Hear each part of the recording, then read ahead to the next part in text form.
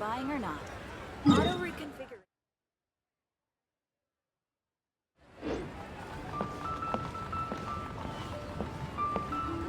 Limbs are a requirement for locomotion on land. Ah, I wondered if I might run into you again. This makes the third day in a row. Perhaps it is fate rather than coincidence. Yes. After our conversation yesterday, I thought I might visit the Bookhouse and see what constitutes popular literature these days. Indeed. Traveler, do you know anything of the origins of books in Liyue? First, people ground wood into pulp to make paper.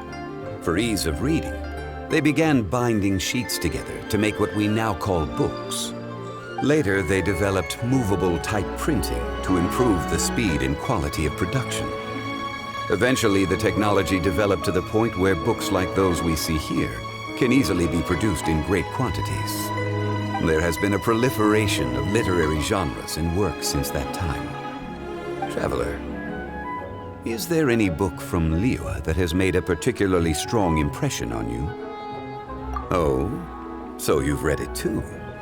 The author does not lack for ideas.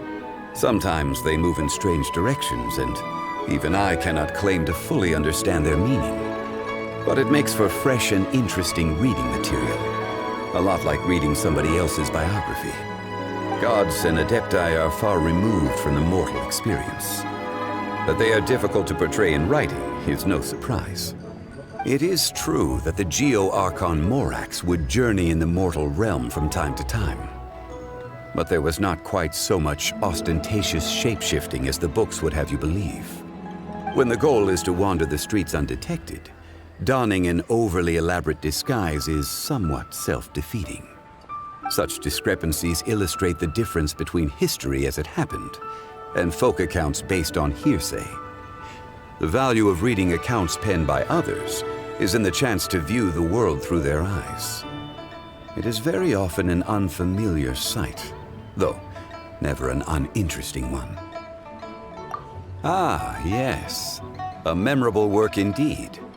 I have heard that this is an unpopular book, due to its often impenetrable prose, and yet the yakshas described in it are real historical figures.